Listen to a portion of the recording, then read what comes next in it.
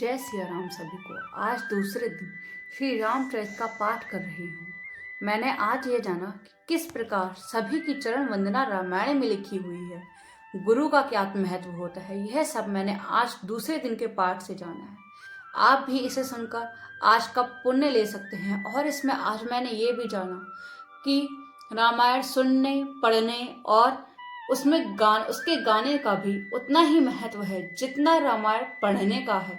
तो आप सभी इसे जरूर सुनें। अगर आपको यह आज का पाठ अच्छा लगा हो तो आप इस चैनल को सब्सक्राइब करें, लाइक करें, शेयर करें और कमेंट भी करें।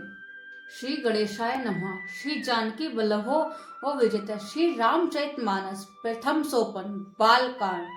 अक्षरों अर्थों के समूह, रसों छंदों और मंगलों की करने वाली सरस्वती जी और गणेश जी की मैं वंदना करती हूँ।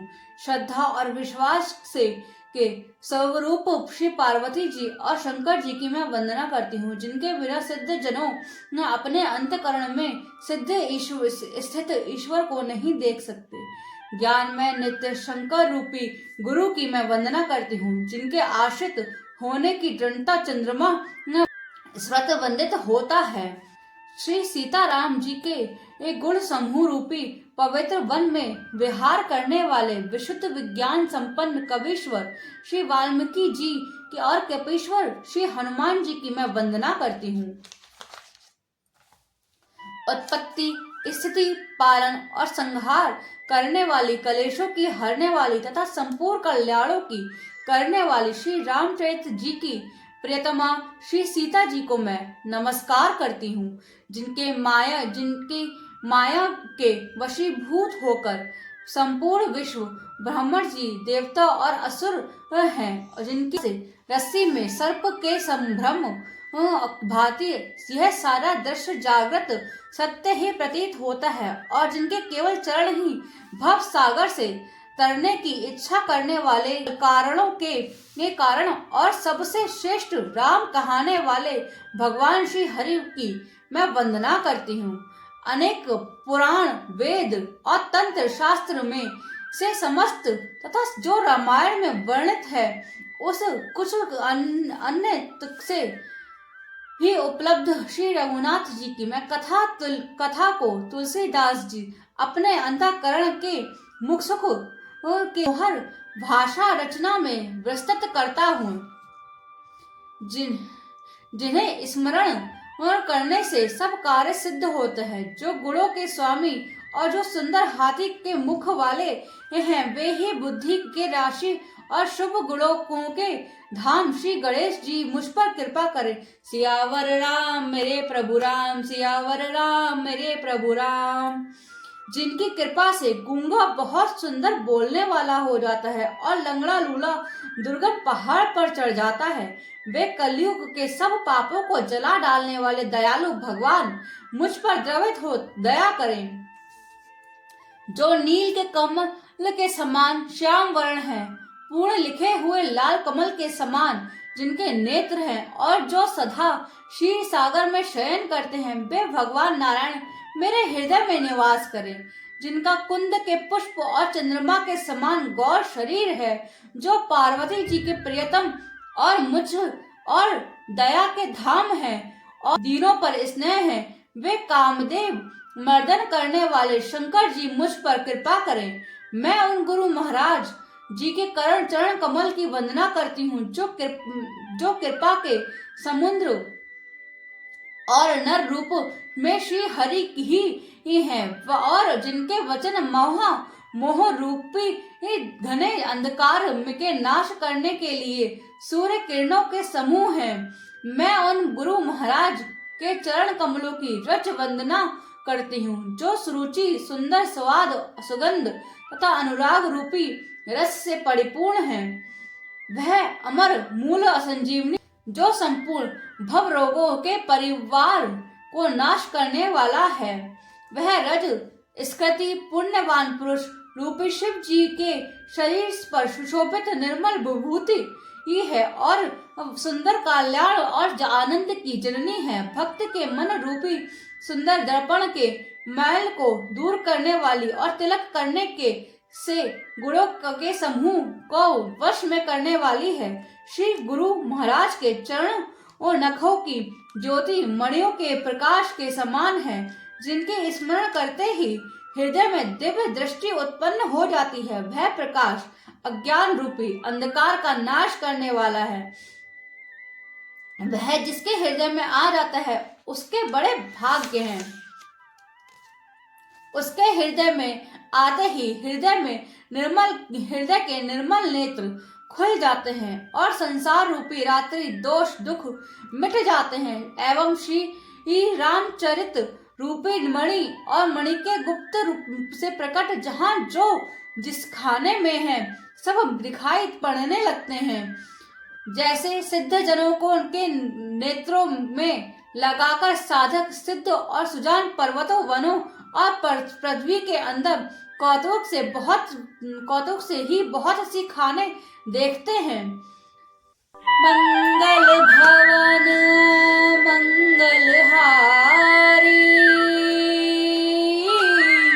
दबऊ सुदशरथ अजर बिहारी राम सिया राम जय जय राम राम सिया राम जय जय राम। श्री गुरु महाराज के चरणों की रज कोमल और सुंदर नयन मत अंजन है, जो नेत्रों के दोषों को का नाश करने वाला है। उस अंजन से विवेक रूपी नेत्रों को निर्मल करके मैं संसार रूपी बंधनों से छुड़ाने वाले श्री रामचरित का वर्णन करती हूँ। पहले पृथ्वी के देवता ब्राह्मणों के चरण वंदना करती हूँ, जो आज्ञा उत्पन्न सब संदेहों का हरने वाले हैं। फिर सब गुणों की खान संत समाज को प्रेम सहित सुंदर वाणी से प्रणाम करती हूँ। संतों का चरित्र कपास के चरित्र जीवन के समान शुभ और सफल नीरस विशुद्ध और गुणमय होता है। कपास की डोंडी नीरस होती है, संत शक्ति से नहीं है, इससे वह भी नीरस है। कपास उज्जवल होता है, संत का हृदय भी अज्ञान और पाप रूपी अंधकार से रहित होता है, इसलिए वह विशद और कपास में गुण तंतु होते हैं। इसी प्रकार संत चरित्र भी सद्गुण का भंडार होता है, इसके लिए वह गुणमय है। जैसे कपास धागा और सुई के किए हुए छेद को अपना तन देकर ढक देता है, उस कपास जैसे लोडे जाने, त्याते जाने और बुने जाने का कष्ट भी सहकर भी वस्त्र के रूप में परिणत होकर दूसरे के गोपनीय स्थानों को ढकता है, उसी प्रकार संत स्वयं दुख सहकर दूसरे के छिदों को दोषों को ढकता है, जिसके कारण उसने जगह यश प्राप्त किया है।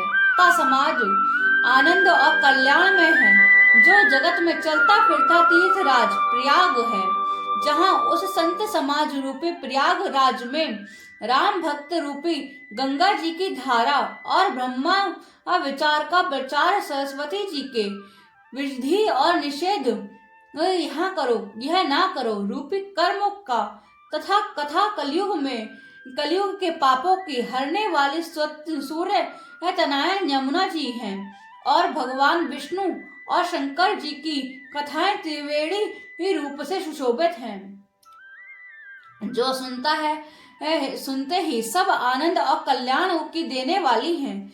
उस संत समाज रूपी ये अपने धर्म को अटल विश्वास में अश्वक्त है, और अशुभ कर्म ही उसे तीर्थराज कर समाज परिकर है।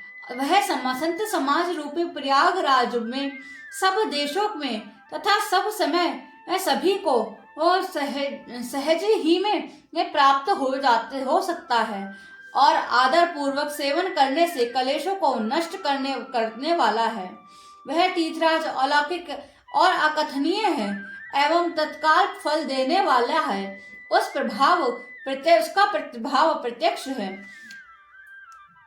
जो मनुष्य इस संत समाज रूपी तीर्थराज का प्रभाव प्रसन्न मन से सुनता है और समझता है और फिर उसमें गोते लगाते हैं, जो मनुष्य इस संत समाज रूपी तीर्थ राज का प्रभाव प्रसन्न मन से सुनते हैं और समझते हैं और फिर अत्यंत प्रेम पूर्वक इसमें गोते लगाते हैं, वे इस शरीर में के रहते ही धर्म अर्थ काम मोक्ष चारों फलों को पार पा जाते हैं। श्री मंगल भवन मंगल हारी